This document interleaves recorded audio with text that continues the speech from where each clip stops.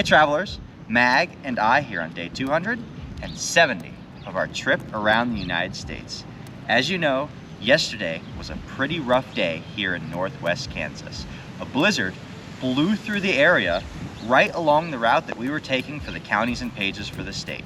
But the state maintained great road service with salt trucks and plows getting out there and hitting all the main roads. That left it to Aichan and I to drive safely on the main roads and park safely just off the main roads to walk into anything that wasn't directly off those routes. Thankfully, we pushed to the other side of the blizzard and ended our night in Sharon Springs, and this morning is looking a lot better. It is still cold out here, really cold, but there's no more snow coming and that wind has died down, so it's very reasonable by comparison of where we were yesterday. For today's route, it's going to be a split day. We're going to be spending our morning and our evening in Kansas, but we'll be spending the whole middle of our day in Colorado. We have 350 miles to cover.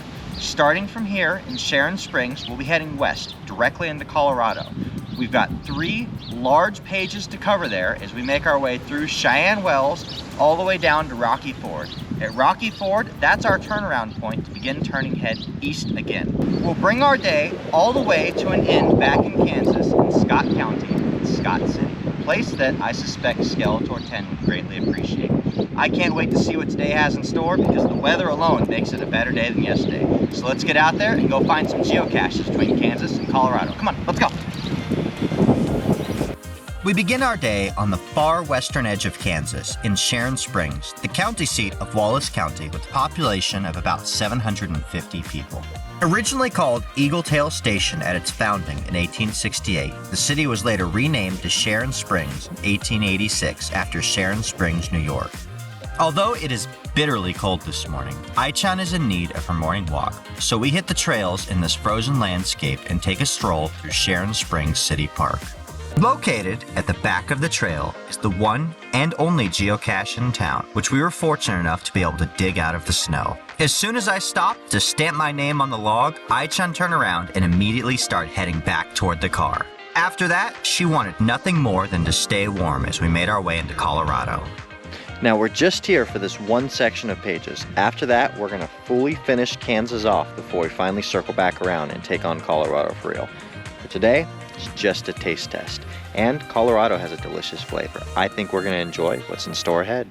Our first stop on the other side of the state line is Cheyenne Wells, the county seat of Cheyenne County. Named for the water wells maintained by the Cheyenne Indians near the original town site, this is the biggest city in the area, with nearly half of the county's 1,700 residents living right here. That original town site is located only 5 miles north of the city center near the fork of the Smoky Hill River.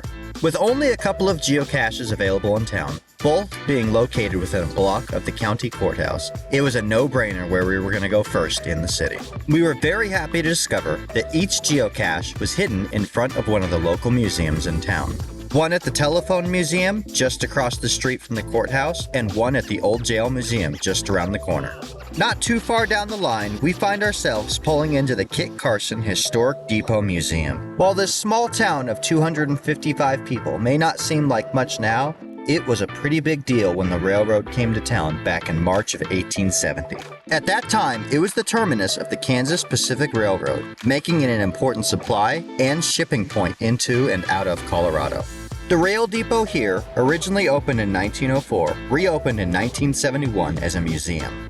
From Kit Carson, we soar into Eads, the county seat of Kiowa County with a population of about 670 people. Established as a railroad town in 1887, it is named after James Buchanan Eads, a structural engineer with the Missouri Pacific Railroad, who designed the system of levees on the Mississippi Delta, which made it traversable by ocean-going vessels. On our path through Haswell County, we stumbled across what is claimed to be the nation's smallest jail. Built in 1921, this small jail measures a mere 14 feet by 16 feet, which still seems plenty big enough to put away this troublemaker. In Otero County, we come across Bent's Old Fort National Historic Site. This is the location of a fort owned by Charles and William Bent, built in 1833 to enable trade with Southern Cheyenne, Arapaho Plains Indians, and trappers for buffalo robes. For the majority of its 16-year run, this was the only permanent settlement located along the Santa Fe Trail between Missouri and the Mexican settlements. Although the original fort was destroyed in 1849, the important historical significance of this site did not go unnoticed. The land was designated as a National Historic Site in June of 1960, and later that year, a National Historic Landmark as well. The fort standing here today is a reconstruction that was completed in 1976. Through the use of archaeological excavations, paintings, original sketches, diaries, and other data points from the period, the fort was carefully reconstructed to resemble what it might have looked like back in the early 1800s. After days, weeks, or even months spent out on the Santa Fe Trail, the site of the fort was a welcoming beacon to weary travelers.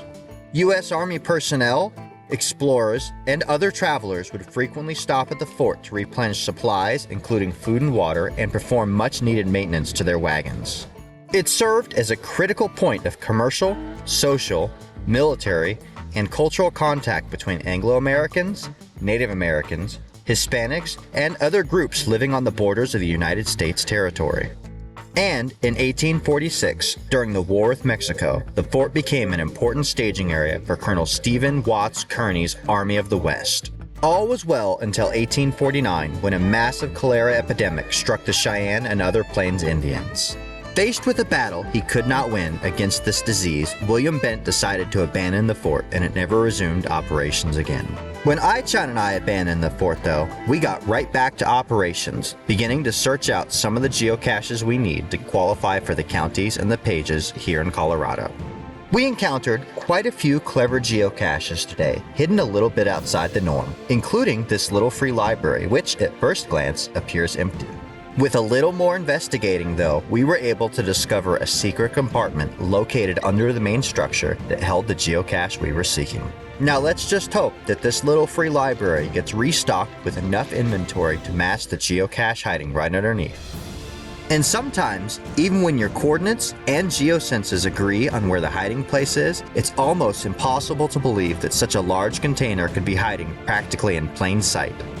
And yet, that is exactly what this rather large geocache has been doing year after year, waiting for travelers like us to come through and paw through the contents on our way between Colorado counties. On our way back toward Kansas, we slide through the city of Lamar, the county seat of Prowers County, with a population of over 7,500 people. Although we were just a little too late to tour the Big Timbers Museum, we do discover the Tri-State 9/11 Tribute Memorial here. Completed in 2019, this tribute was founded to honor first responders and military while promoting a sense of patriotism in our youth. The tribute is a work in progress, with the committee still actively raising funds to install statues for the New York Port Authority policemen and military. They also host a 9/11 remembrance event every year, bringing out members from many of the surrounding communities to honor the memories of those who gave their lives in the protection of others. Heading out of town, we also happened to stumble on what was once named the world's oldest gas station, due to its construction materials being over 175 million years old. And as we began to approach the edge of the state once again, it began to take on the rather familiar look of Kansas. It sure does feel like more than just half a day since we've been here. All right, made it back to Kansas, and we still have about an hour of daylight left. So let's see how far we can make it in about an hour. Just across the state line, we receive a very warm welcome into the city of Coolidge by Cousin Eddie, presumably one of the 80 residents who live here in the city. Like many other towns along this stretch, Coolidge found its beginnings with the railroad, named for Thomas and Jefferson Coolidge, the former president of the Atchison, Topeka, and Santa Fe Railway.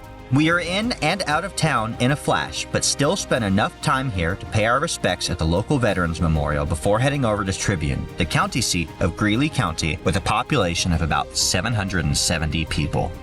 Founded in 1886, Tribune quickly became the county seat after the railroad depot was completed in 1887. Of course, while we're here, I activate my unique ability and immediately hone in on the nearest Veterans Memorial. Sharon and I race our way over, making it to the park with just enough daylight to spare to appreciate all the memorials here. We pay our respects to the fallen, reflect on the day behind us, and prepare for the battle to come in the days ahead. All right, it looks like that is all the daylight we have for today. We began our morning in Kansas, in Sharon Springs, and I was a little wary about the conditions because just coming out of the blizzard from yesterday, that entire place was iced over and covered in snow. Coming into Colorado from there, which is 1,000 feet higher in elevation, I was surprised to find that there was much less snow on the ground, and what there was melting off quickly. So it turned out to be a very good day that moved at a very decent pace when, coming into it, I thought that we were going to be crawling through it to make sure we were driving safely across the snowy and icy conditions like we were yesterday. I'm gonna take the win on that. It was a nice cruise, moving west through Colorado, and we made it in good time to swing back around and come into Kansas with just a little bit of daylight left on our side. We are about 2 jumps from Scott City and pretty much running right on time for the night. We are going to make sure that we end our day there because tomorrow we're going to swing back around to Salina to make another attempt at the DeLorme Challenge, and to make sure that we're there on time, we have to have a good start from Scott City, otherwise we are not going to make that thing. So fingers crossed that we can do so, and I think that we're going to be able to do so. Thank you guys for joining us today on this trip out of Kansas into Colorado and back again. Like this video, subscribe to stay tuned for daily updates, and we'll see you out on the trails.